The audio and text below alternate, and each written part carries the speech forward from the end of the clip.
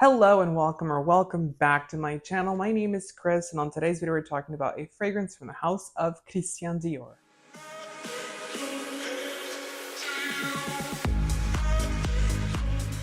So on today's video we're talking about a fragrance from the house of La Collection Privee by Christian Dior. This is one of their popular fragrances, and it's one of their best-selling ones in this range. I don't think it's the best-selling by any means. I think that's still Amber Nuit, followed by Gris Dior, Oud Ispahan.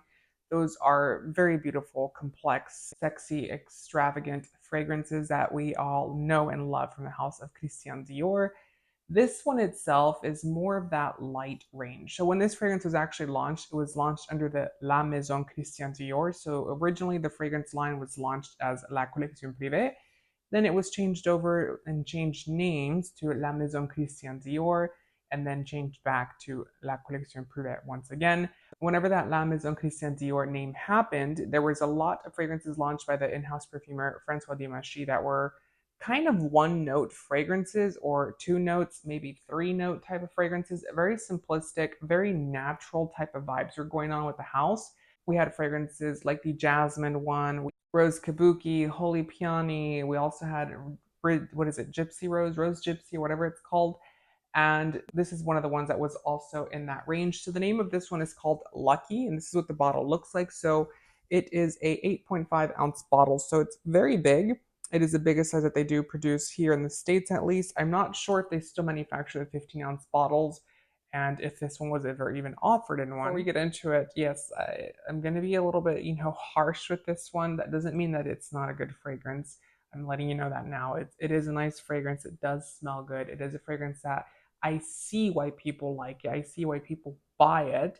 I can see why it sells so well, and I can see why people love it for the spring and summer seasons. But I just don't see the price point, and that's the reason I'm a little bit taken aback. So starting off with the name Lucky, this fragrance is composed of two different notes, white blossoms as well as lily of the valley. So if you know Dior or you know anything about the house of Christian Dior, Mr. Dior was very superstitious, and his lucky flower was the lily of the valley. He loved that flower.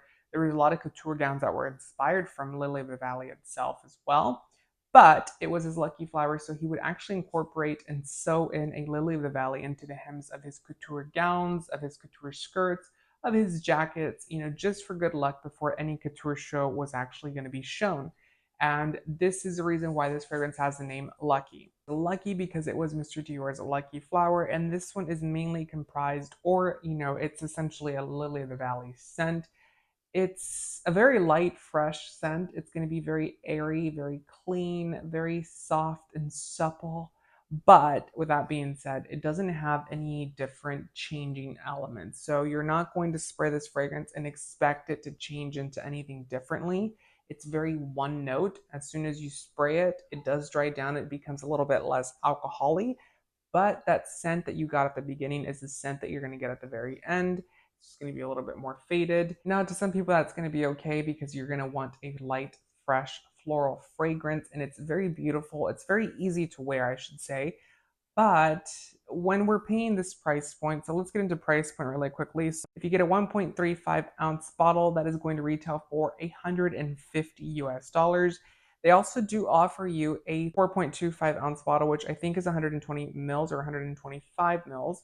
And that is going to retail you for 330 US dollars. And if you get the one that we have here on the channel today, this is an 8.5 ounce bottle, and this is going to retail for 450 US dollars. So it's expensive, yes. It's not as expensive as other ranges out there or other fragrances out there on the market, because you're getting quite a bit of juice. So in my suggestion, I would say to just save up your money and get the bigger size if you like this scent, because it's going to save you some coin long term, because you're getting essentially double the size of the 4.25 ounce bottle, and it's not going to be that much more. There is a slight greenness in this fragrance. This fragrance has a very beautiful green undertone. It kind of smells like the flower elements as well as the green elements, the stems, I should say, or the leaves of the actual flower plant. And it's very light, fresh. It's very like being out in a garden on a rainy day or after it rained. It just gives it a nice, refreshing type of quality to it.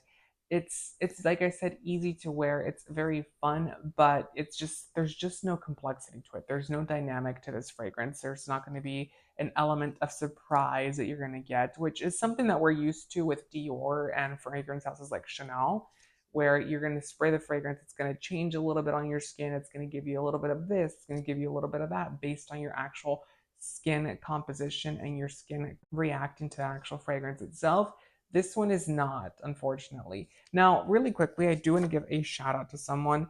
I bought this fragrance from a seller, and her name is Erika. I actually found her on Facebook. So if you've ever been on those little Facebook forums or those, I think they're called groups, Facebook groups, people actually sell product on there. And this girl literally sells testers, I think. I think she also has brand new ones. I'm not quite sure.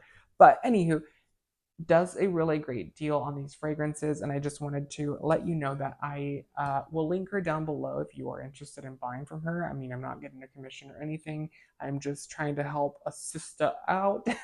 I'm just trying to help her out. But yes, I mean, it saved me quite a bit of money. Honestly, now smelling this fragrance, because I haven't had the opportunity to smell it before this, I wouldn't go into the Dior boutique and ask for this one for purchase. Honestly, I would probably go for something like Gris Dior, Amber Nuit, Eau d'Ispahan, Santal Noir. There are so many fragrances in this range that have a sense of je ne sais quoi, that have a complexity to it.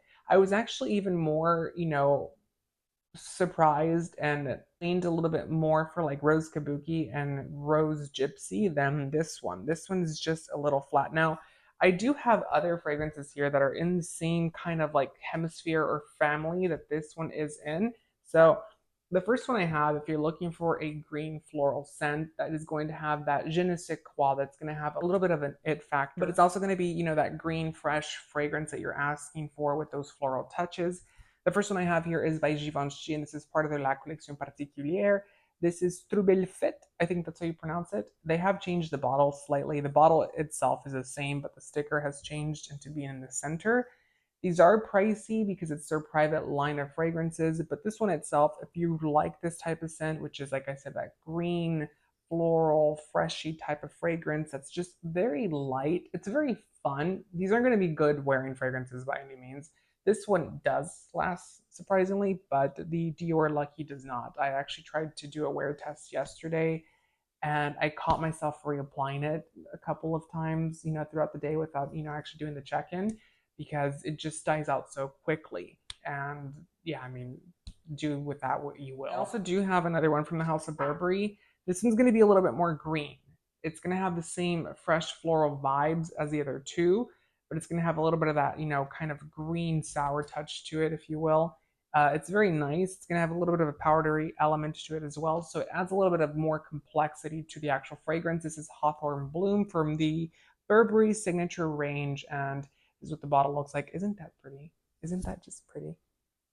These are made out of leather too, by the way, which I find fascinating that they actually put that on there, because normally they would charge you an arm and a leg for leather. I just put this there for you to see on camera. Very beautiful. So they're comparable to a Dior Lucky. If you're looking for an alternative and you're not a fan of Lucky, but you like the style of Lucky, then you can get those. I mean, you're not going to save a lot of money, but you're going to get something that you might like out of these two. So let me know down in the comments what your thoughts on this fragrance are. Do you like it? Do you not like it? I have to say that I was a little disappointed. I love Dior. I worked for Dior. It is one of my favorite fragrance houses. Not every fragrance is going to work for me, and that's okay. It might work for you, and what works for you might not work for me. What works for me may not work for you, and that's totally okay. I just wanted to let you know that the fragrance is a very nice, fresh floral fragrance, but there's just no complexity. There is no intricacy with the actual fragrance.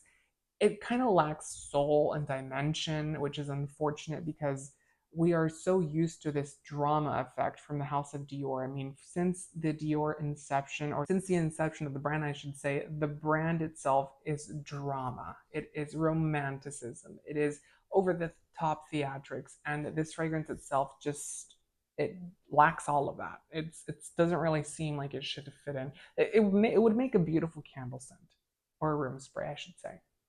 It's probably shady, but it just is what it is, unfortunately. So, like I said, let me know down in the comments what your thoughts on this fragrance are. Do you like it? Do you not like it? Which fragrance from the house of Dior do you think I should try next? Also, put that down below in the comments and make sure to give the video a thumbs up and subscribe for more fragrance related content. Until next time, you guys, take care.